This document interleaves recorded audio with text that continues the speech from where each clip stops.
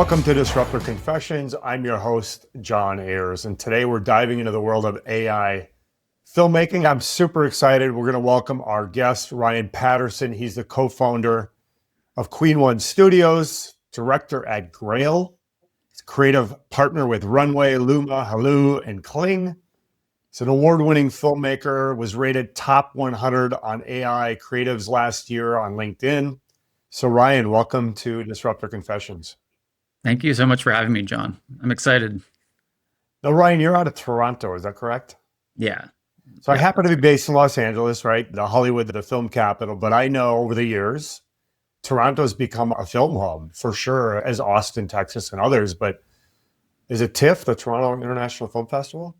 That's right. Yeah. It gets busy around September around here for the film festival, but we have so many productions happening in Toronto right now. And I know a lot of Los Angeles people actually have been coming up as well. So there is a lot of work happening here right now, it's good because it's been a bit bumpy and up and down. So Are you from Toronto? I'm from just outside of Toronto originally, Ottawa. It's about 5 hours. When did you say, I want to do film? I want to make some video. How old were you? What got you into it? I've always been a creative person. I love telling stories. So I've always loved writing stories since I was a kid. And, I was that quintessential kid running around with the video camera. I'd always heard my friends and we try to, make movies that made us laugh. And I've just always had that sort of creative spark. And then I never thought of film as a sort of a full-time job for myself. That seems sort of out of reach. But, it's always been on the side. I went through university just reading books for 4 years. I loved fiction and other literature. And then eventually I got into more of that kind of hands-on camera stuff, in my 20s and 30s. And I ended up working in education as a video producer. So doing like documentary, promotional stuff, all kinds, editing video. So I've always had that creative spark, and as I saw these new tools coming out, I got really interested in that side of making films. Using generating music, generating video clips. You came out of childhood and then university, more storytelling and stories, it sounds like, and film or videography kind of was an extension. Is that fair to say? It is. Yeah, I'm one of those types of people that creativity and technology meet right in the middle for me. I have such a passion for both. I would definitely say I lean more on the storytelling side. And I think that's really helped me, especially in the last few years, using these tools and, being able to tell a story fairly easily, a big looking story. So let's go there. Because I think a storyteller, you use a pencil, you write a book, you sketch out an idea, maybe a camera, and you're shooting something, you're editing, you're storytelling. AI seems technical. AI seems technical to me. Can I ask you, so you're doing kind of the creative space, getting into videography in the education world, doing documentaries, picked up a camera and started using that as your tool. When did you realize that AI was going to be the new lens from which the future of storytelling was going to be told? I went to a conference a couple of years ago. This was right around Midjourney was really picking up around this time, but we were at the beginnings of, doing text to video, image to video. And at this conference, there was, again, they had music, they had text to image, image to video. They had all the new AI tools in one place at this conference. And being, again, a creative person, just being in that space, I just knew right away. It just clicked for me because I could see that everything was going to change in that moment. Seeing how easily you could generate amazing looking clips, music, just being able to, for one person to do that, to have that kind of vision, be able to do it from A to Z, I just knew it was going to explode. And here we are 2 years later. I was going to say, Ryan, that wasn't like 20 years ago. That was literally when, like a couple years ago? It was a couple years ago. You mentioned Midjourney. I know you're partnering with Runway and Hulu and some others. Can you talk a little bit about tools? We may get deep into it quickly, but can you just tell me what you're seeing over the last couple of years and even in the last couple of months coming to market, what you're using, what you're excited about tool wise? Absolutely. I'll first start by saying that as these tools are advancing, you're able to pick them up very quickly using these updates from week to week. You can easily implement them into a project. I think that's kind of amazing how quickly the tools are kind of rolling right now. But I think how I see it is there's a lot of companies promising lots of different things. And the truth is, most of them are really good at specific things. So Runway has an amazing feature called references. So you're able to kind of move around a scene just based on one shot. Or you're able to say, hey, take out that item out of the shot, take out that sort of misplaced generated item out of the shot. So being able to be very specific is great. So Runway has a tool for that. Luma has these amazing cinematic looking shots that they can produce. A little wild sometimes, but with some patience, you can really harness a really amazing cinematic look. So the point is every tool has its strength, and I think they all do fit in a certain way. And to me, that's exciting. I mean, you have to be kind of in there, you have to be involved, you have to know what each tool can do.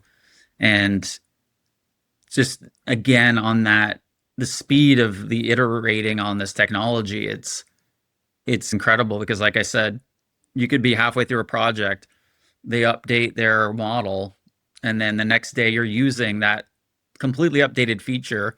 They can't make them fast enough. They can't make these new features fast enough for us. Were you more before, say, the last couple of years of AI and leveraging, playing with these tools and seeing what they can do? Were you more of a camera guy, a lighting guy, a storyteller, director, producer? Where did you kind of sit, or were you wearing a lot of hats? Definitely wearing a lot of hats. And I think that's the strength I bring now to making these shorts, to making these ads. It was pre-production, sometimes I was a lone wolf on set doing interviews by myself or with like one or two other people. I've always been lucky enough to be able to sort of see a vision right from beginning to end. A big focus on editing. So I've been an editor for a long time. And I would say my style tends to be, I like a more documentary feel. I don't like the hands-on directing as much. I like being collaborative, letting people just do what they're good at doing. And so, again, like switching gears into AI filmmaking, if you want to call it that, there is quite an observation process where you're not alone as a director. AI is making some of the shots, calling some of the shots for you in a sense. So just yeah. on that note, real quick, Peter Jackson, I think, did Lord of the Rings, if I recall. I remember people saying, well, anybody can just shoot a movie now with like an iPhone. And I'm thinking, not everybody is Peter Jackson. Not everybody's Steven Spielberg. So the skills that you've kind of honed on traditional videography, documentary, storytelling, editing, I call that domain expertise. I call that knowledge, like learned by doing and kind of hands-on. You figure stuff out because you realize something doesn't work and something does work, and you learn over time. So how have the tools changed your process? Like knowing that you came up kind of from that, and now you're moving into the AI filmmaking space. How is it changing what you did to what you're doing? I would say the biggest change is the speed at which you can iterate on various ideas, right? Ideating a concept. So you're up and running very quickly on an idea. Someone asked me a question about storyboarding, like how do you storyboard with these tools? It must be fun and easy. And I told them, I actually don't quite storyboard anymore. The storyboard is the story. What do you do? Are you prompting, and are you sketching on an idea in your head and then just prompting? Absolutely. Yeah. I mean, I'll generally have a concept of a story I want to tell, but the way I do it is I'll sort of, again, storyboard from beginning to end. Like in real time, almost like in real time? Yeah. Which is nuts. It's insane, right? I mean, you just think about the volume of sketches and storyboards in the years past. before anybody is on set. I think this depends on who you're working with. Sure. Obviously, with clients, they're going to want to see a little bit of, what the process is going to be. I would say personally, though, telling personal films, personal stories, that storyboarding is part of the filmmaking So process, like the bulk of it there in the middle. let's talk about clients and kind of work you're doing. So I Mhm. was looking at Queen One Studios, and then Yep. let's talk about Grail. Queen One Studios is your company, your business, right? But I was just looking, Grow a Garden, VHS, Legend, Unwind, The Ribbon, Departure. These are all pieces that you've developed and created.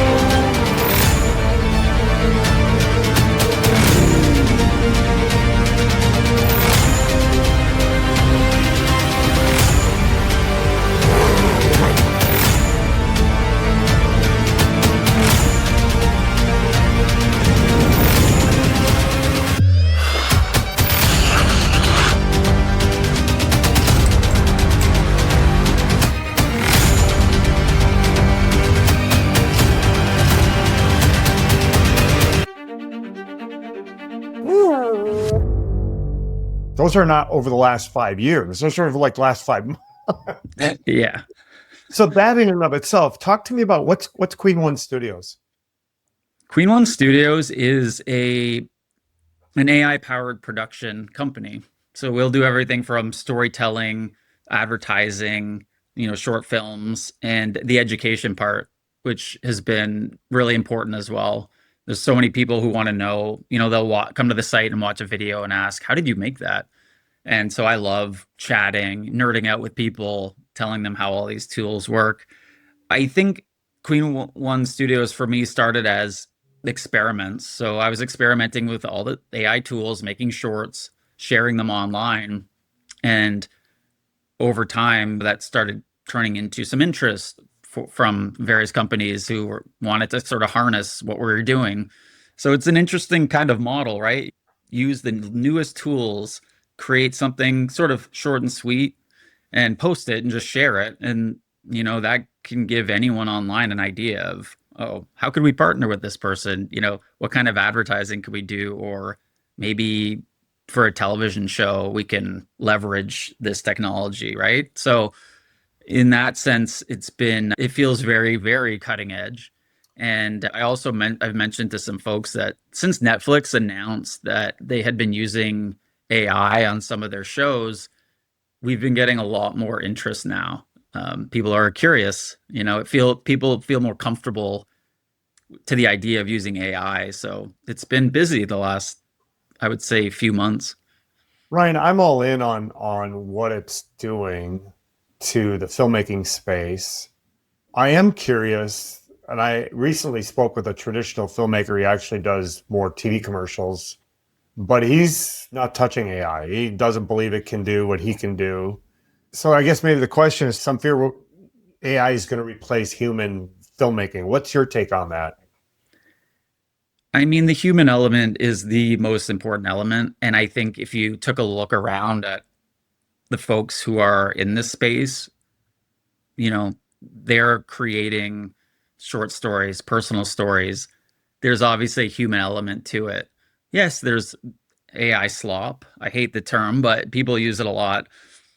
But again, everyone is using these tools for their own purpose. And if that's going to fill a need for someone or fill a passion, inspire someone to make a 7-second clip, maybe even tell a story in 7 seconds, I don't see anything wrong with that.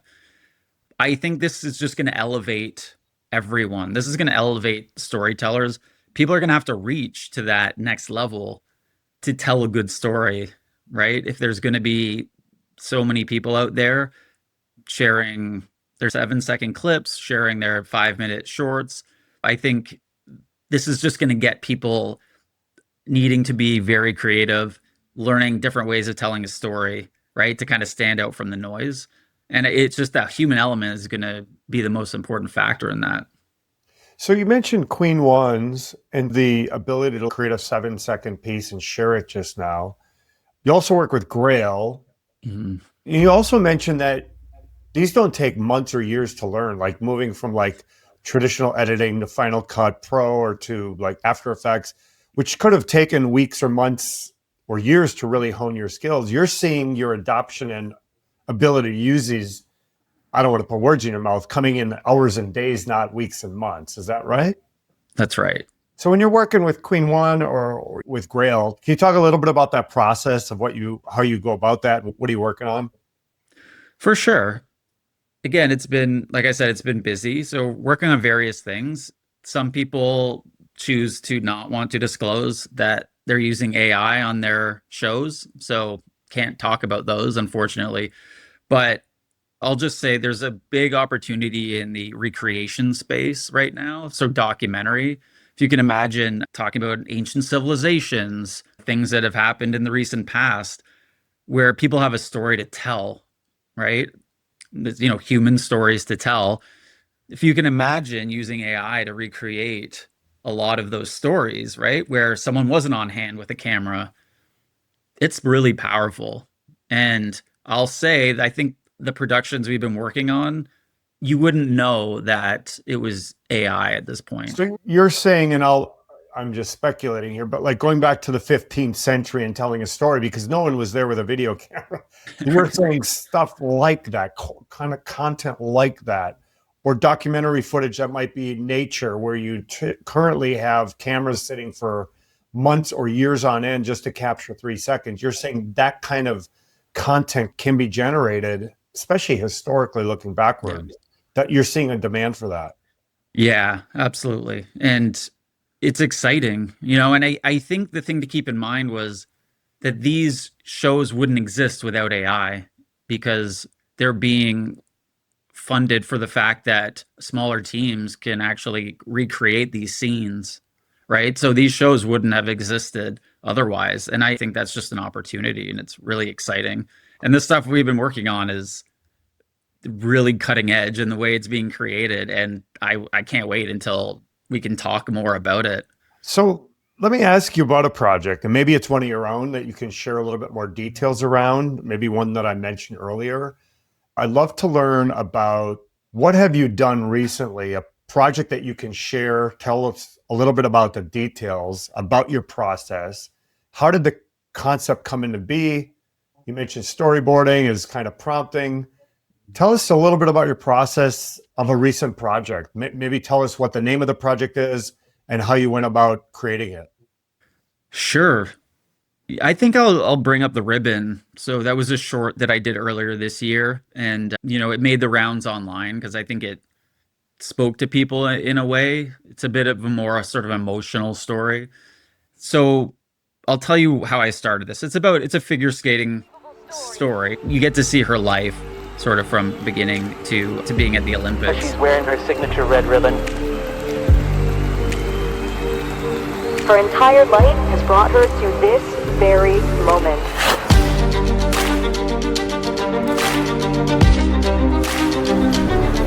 Snowboarding.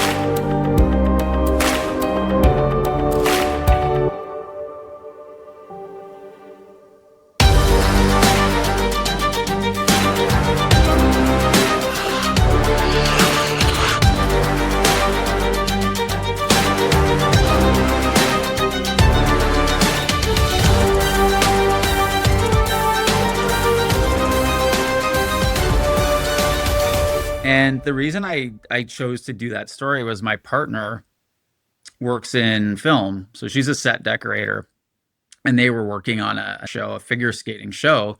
And so I thought, wouldn't that be interesting to see where we're at with AI. This was 8 months ago, 6 or 8 months ago. And I thought, okay, can we replicate that movement, right? Figure skating is very technical. So I thought, okay, there's gonna be a lot of motion here. And up until that point, AI had struggled with doing a lot of that fluid motion. So that was where that idea started. And, again, for me, I love the personal stories. I like sports stories as well. And so I did a 2-minute short. And so I wanted to tell a story of this young woman who's gone through some challenges to get through her figure skating training and some of the bumps that happen along the way. And so, like I said before, the storyboarding part of the process was the creation of the story, right? I would imagine, what's my opening shot? Okay, let's see where that goes with AI. Okay, cool. She went left instead of right. Well, let's check out what's happened on the left and do another scene based on that. Keeping that story thread going throughout the process, I'm just building as I go. So while I do have the concept of where I'm starting, where I'm ending, I'm really filling in a lot of the details as I go. And I think that makes the process quicker. I find it satisfying to be able to ideate and iterate that quickly.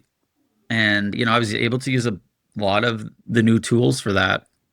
And, creatively, it's just really exciting seeing it come together, and then actually sharing that story and hearing feedback was incredible. And it really kind of opened up some doors for projects for me. And yeah.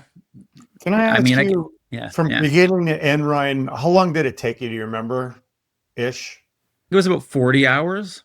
And tools, do you remember some of the tools you were using way back when, 8 months ago? Right, in the stone age of AI.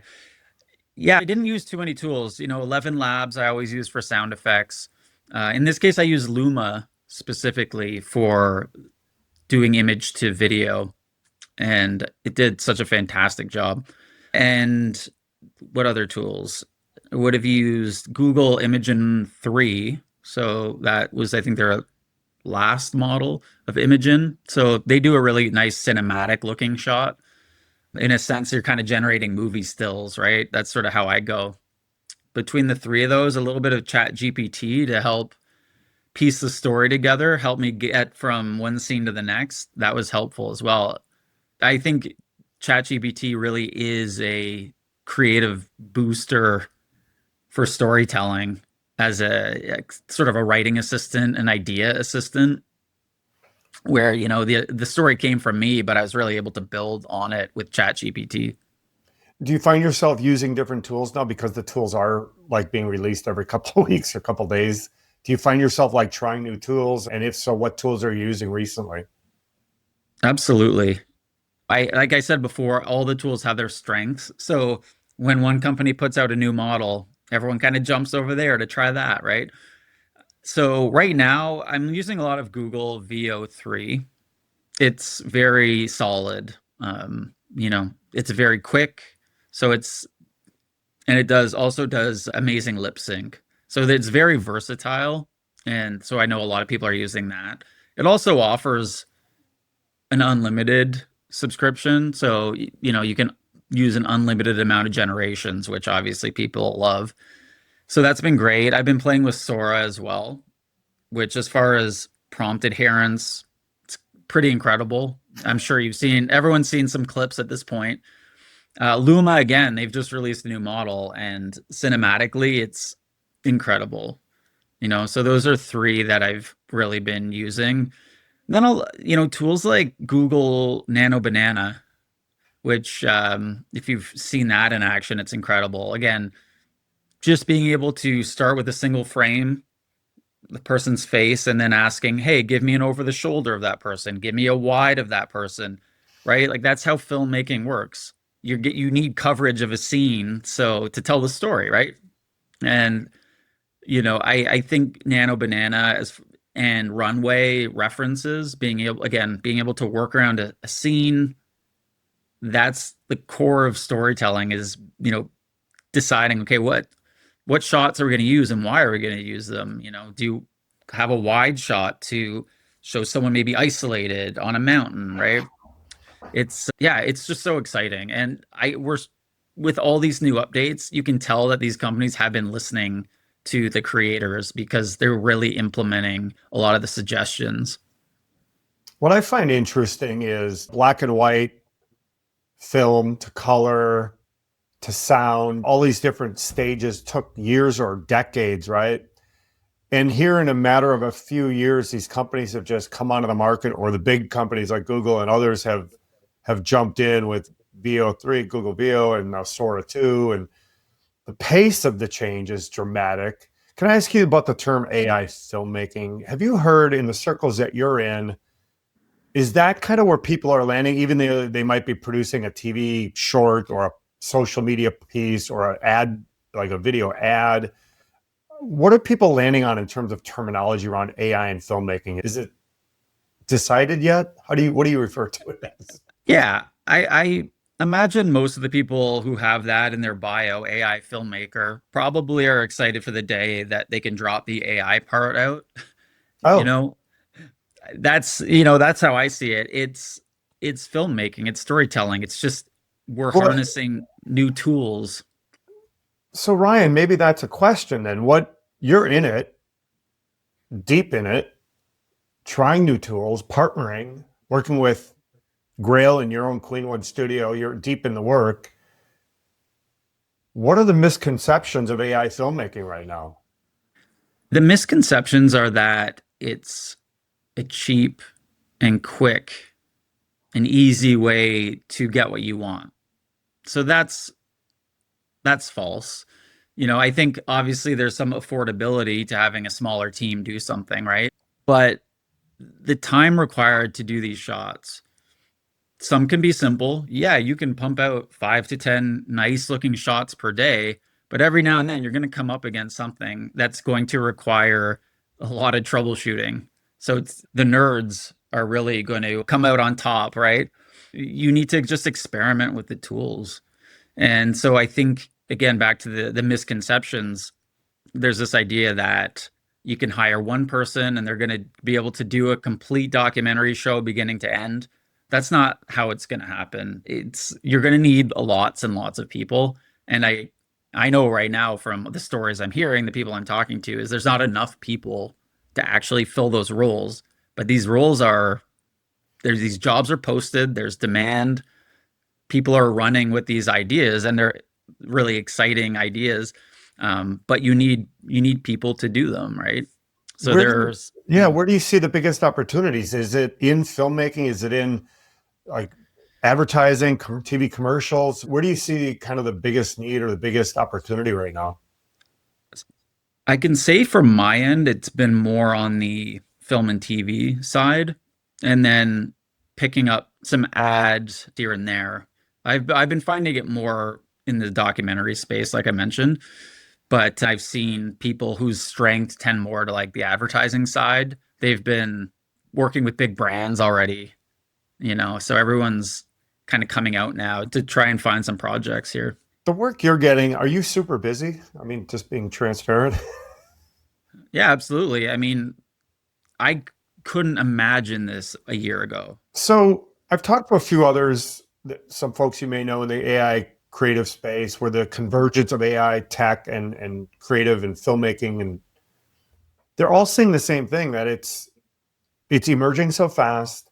I think we all kind of smirked when DALL-E came out just a few years ago. It was like, oh, that's cute, it's fun. But it took a few years, not decades. And now we're at this place where I think the lines are blurred, 100% blurred. Is that AI or not?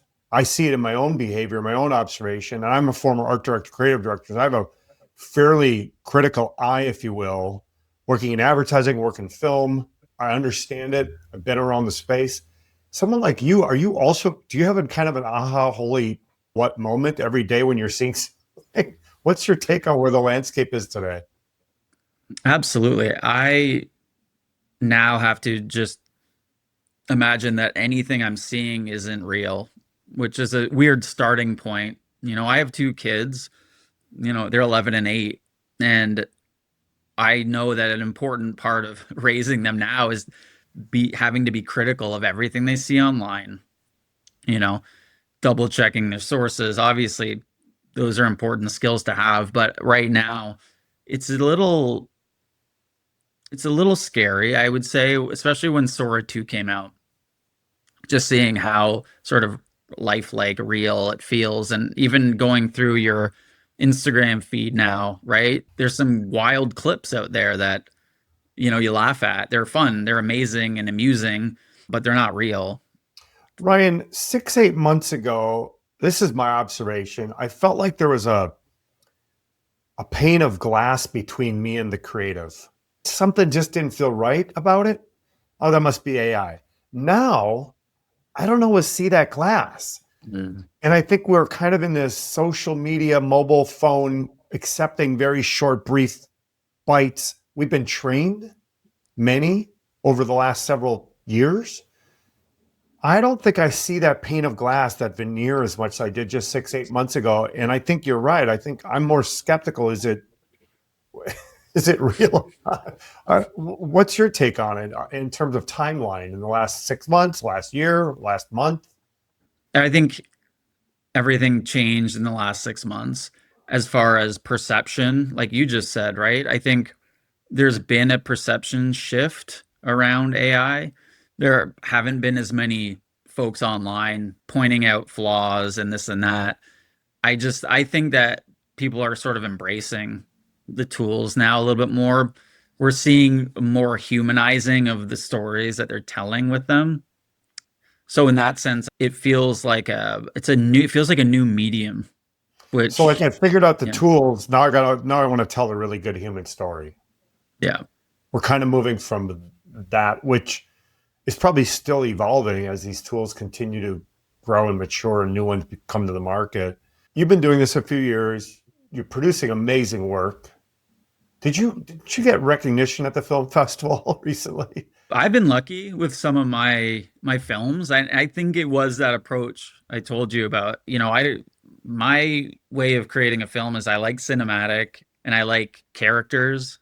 And so I think just at that time, Ribbon, the one you were talking about? Yeah. So Yeah. that's one example, right? Yeah. I'll lean on characters more than the technology. So someone else is going to have a super shiny, perfect looking, whatever, 2-minute clip. Whereas mine might show some warts and bumps and this and that. Yeah. I don't care, because I love engaging people with a good character or a good story, and, you know, try to get that perfect story and technical part right. But, you know, the tech's just going to get better. So maybe work on the storytelling. Well, what I find interesting too, you mentioned in the earlier part that you're also offering like sharing ideas and how things are being created. And I've seen that in the community of AI and filmmaking and AI and creative, where artists and creatives and content producers are basically saying, here's what I use, here's how I did it. I ran into this problem, I solved it this way. When there was character consistency from scene to scene, that was a big discussion online. I want to kind of ask you a few questions around that. Where, like, normally I would say, what would you tell your 20-year-old self? I think this is for anybody, 20, 40, 60, 80 years old, who wants to get into the creative space. Can you talk a little bit about what are some practical ways a filmmaker or creator today can start experimenting with AI? What would you tell them?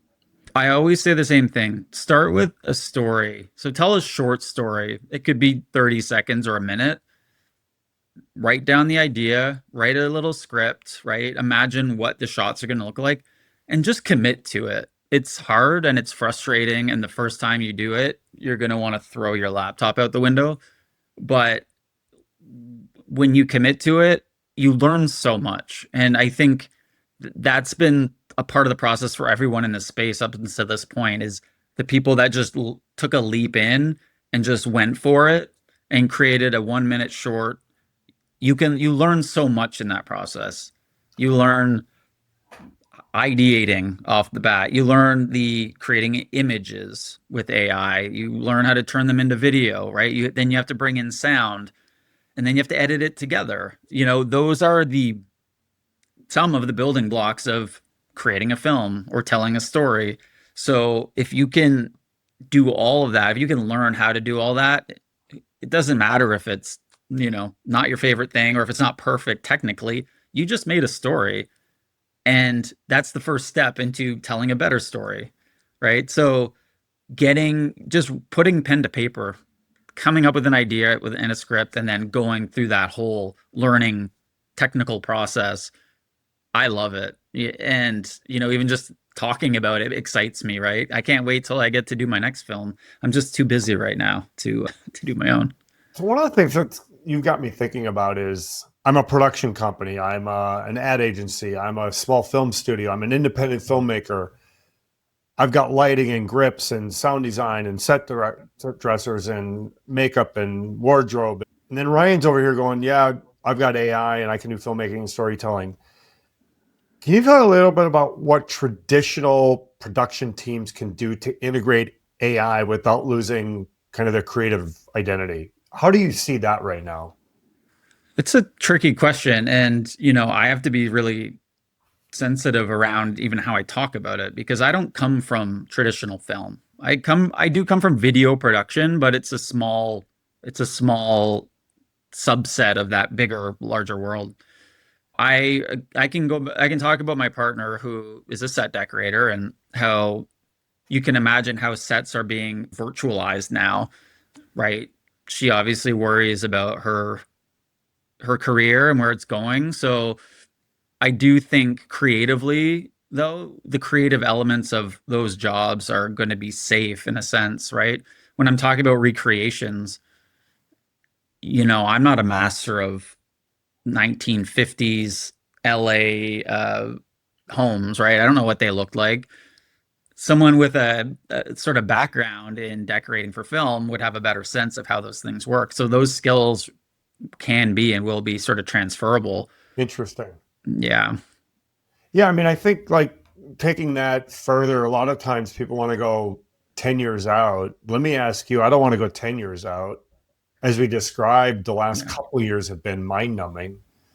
Where do you think this is going, Ryan? Say 2 to 3 years from now, what percentage of advertising or film or short form or documentary will be AI or AI assisted in your mind? Right. So I don't like to predict the future. I know everyone's trying to in this space, right? I believe there's going to be sort of all of the above happening. There's going to be the big studios using AI, right? There's going to be people like Queen One Studios with a small team approaching a smaller project. I believe in 3 years, every production company is going to be rolling these tools into their toolkit. I can't imagine them not. Photoshop, everyone in the creative space has been using Photoshop for years and years. They're rolling in these tools, and it feels like we're going to be using these tools. We're not going to be calling them AI. It's just a new technology, right? Powered by an AI backbone. So again, I'm sure 99% of all these productions will be using some component. Pretty sure a lot of them already are. So we're probably there.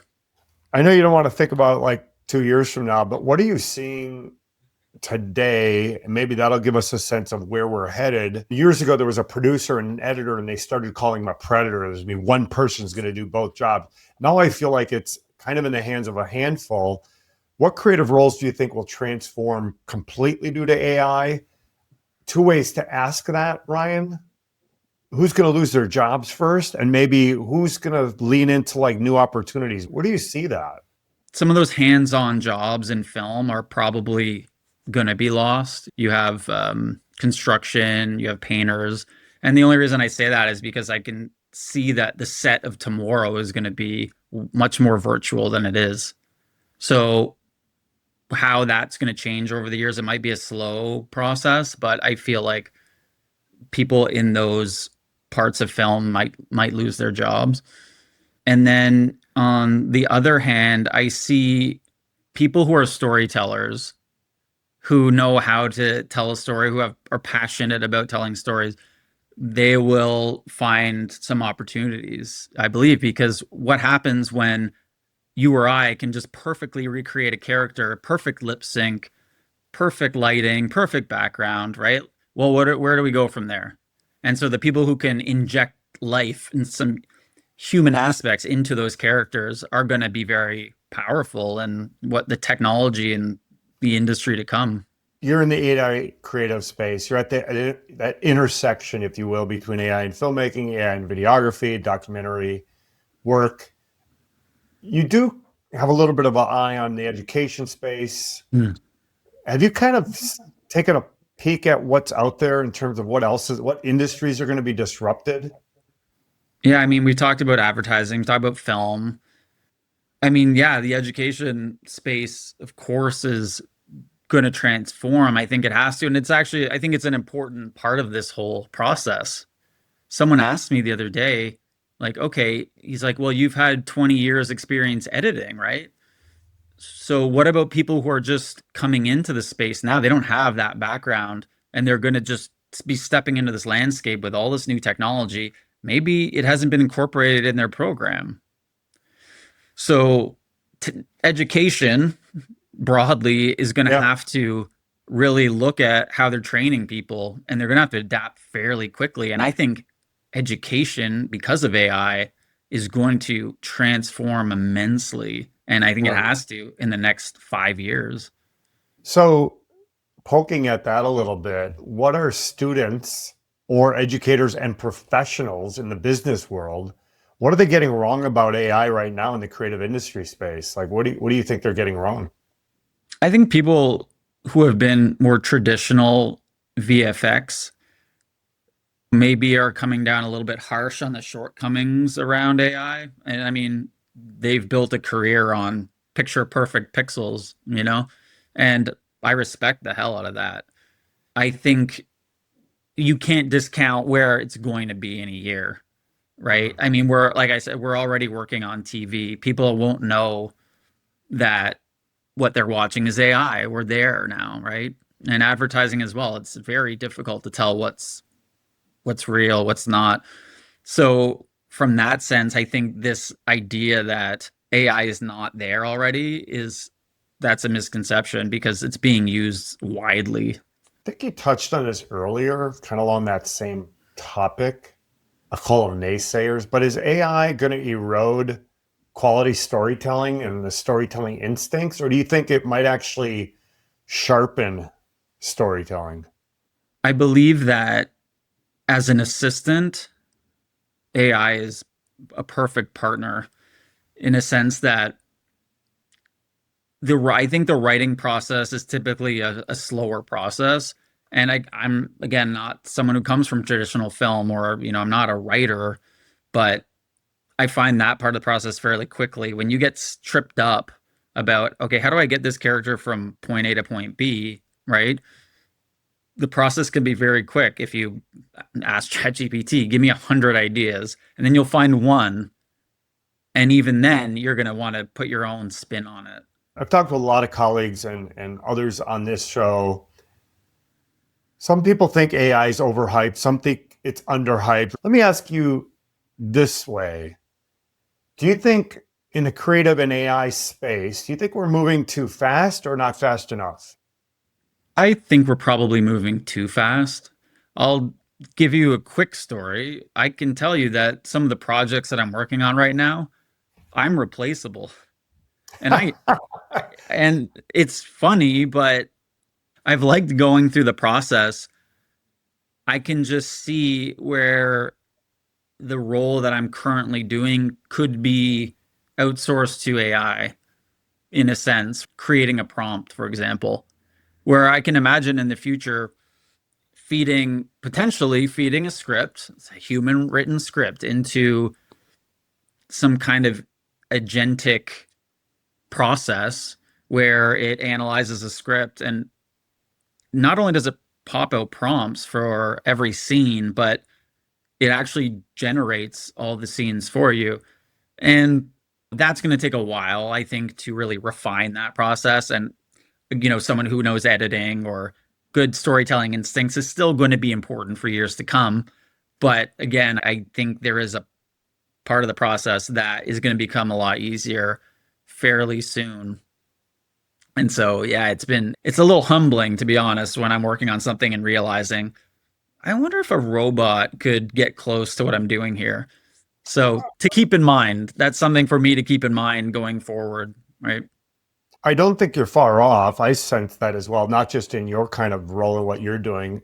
Across a lot of industries, I think we're all seeing the potential of that. And I think there's fear around that. There's this sense of what happens to us when Yeah. AI is doing what we typically get up to do in the morning. I won't go down that path. Can I ask you though, have you ever been tempted to let AI make too many creative decisions for you? What have you seen? It's so tempting. I call that the dark side. Um, Talk to me about that. What do you mean? there is sometimes a tendency to not want to think. I mean, when you're thinking about ideas all the time, right? And a lot of people in this space sort of like, what's your next best idea, right? That's sort of how advertising works too. Who's got the Right. next best idea? So there is a bit of an overload, and there is a temptation to ask ChatGPT, hey, can you come up with a scene here? Can you come up with a story for me? And it's easy to just press a button and get a concept. And so I call that the dark side because that's where you've completely handed the wheel over to AI, and creatively, it's not great. So you know that whatever you're producing isn't going to be your best work if you're just straight up asking ChatGPT for ideas. The term AI slop has come up. Now I'm hearing the term work slop a lot. I'm sure creative slop is probably emerging as we speak. I do think we're lazy as a species. If we can get something else to do something for us, we will. I think there's also a drive to be creative or produce or deliver something and say I did that. But I do think it's an interesting time because we're seeing tools emerge at such a rapid pace and they're remarkable in what they're able to do. Can I ask you, have you ever looked at something that you're working on, AI generated, and kind of thought, wow, that's actually better than what I would have even thought? Yeah, absolutely. I mean, cinematically, the types of shots that, you know, might pop out unintendedly out of a certain video model, I couldn't have come up with that concept necessarily. So in that sense, it's good. I think for people who like learning, it's also a great part of the process. So instead of being afraid of the great results you're getting out of ChatGPT or an image to video model, I think being able to learn from what you're seeing and sort of how Yeah. the ideas are forming is kind of powerful. So again, people who are open to learning will get a lot out of that. I started to think about everything's going to start to sound like the same. Everybody's going to be putting in prompts in ChatGPT or Google Gemini or Grok, and everybody's going to start to kind of almost have a different kind of way they speak and the way they prompt and the outputs. I also kind of started to sense that in the creative space that everything's going to start to have a certain look and feel. What I'm kind of amazed by, you're seeing people produce kind of almost Pixar animation. You're seeing people produce these very earthy, organic, kind of like gritty documentary. You're seeing people produce fanciful, right? Like it's all over the map, right? Yeah. Can I ask you, this pace of change is mind numbing. It's exciting for me. It's tiring for me. You're in the middle of it. I can see you're leaning in. You're certainly leading a lot of it right now, along with some of your colleagues. Do you ever wake up and go, I got to just walk away from the chaos? Or do you feel like you're just fueled by this whole thing? Definitely fueled. There's this idea of FOMO, right? Fear of missing out on the newest, greatest tool. And I think, people are losing sleep over this technology. I can say for myself, I should probably sleep more. I think we all have a breaking point, and once we hit that wall, and I've heard about it a lot in film, film people burn out because it's long hours. And so, yeah, there has to be a sort of ebbs and flows part of the process. And, I think the best ideas are going to happen when we're not in front of the computer, when we're out in nature, when we meet someone on the street and hear their story. That's how we're going to be inspired, right? I think that inspiration is going to come from the real world. And the only way we're going to do that is to step away. It's okay to not be up to date on all the tools. They'll still be there when you get back. how do you stay grounded, thinking that you're working not on a set with a bunch of people or collaborating on color palettes or actors or lighting, or you're in a room on a screen? How do you stay grounded and I would say authentic in your storytelling while you're working with technology and AI? I think my kids help me stay grounded. I don't know. I hope that's not a cop out answer, but there is this desire to keep creating with these tools, to want to create the best story, the best visuals. And, again, when I look at my kids, I see two kids that, they love technology, they love nature. They're going to be growing up with all these tools. For me, it's prioritizing what I choose to spend my energy on. And knowing, for me, if my strength is storytelling, that means that I'm going to have to read a lot of books, right? I'm going to have to be out there being inspired by the things that I love. Like I love being in nature. I love people. I love, again, hearing their stories. So I think, if storytelling is going to be the most important part of this industry, then you're going to have to nurture that part of your creativity. Keeping that human sensitivity, right? That human element. I think that's, for today anyway, I don't think AI can replicate that very human, visceral, organic human trait. I'm sure at some point in history, we may second guess that.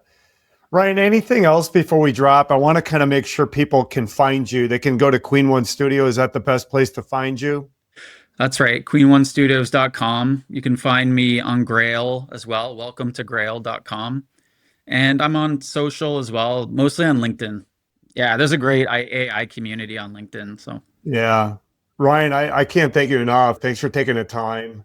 Thanks for giving us a look into the present of AI and AI creative and AI filmmaking. And even I would kind of think you're giving us a little bit of peek into the future, even though you don't want to go there. I think you're showing us what we're doing today. So thanks for sharing your current observation, your current work, what you're doing, how you're going about it, and also kind of giving us a little peek into the future of storytelling.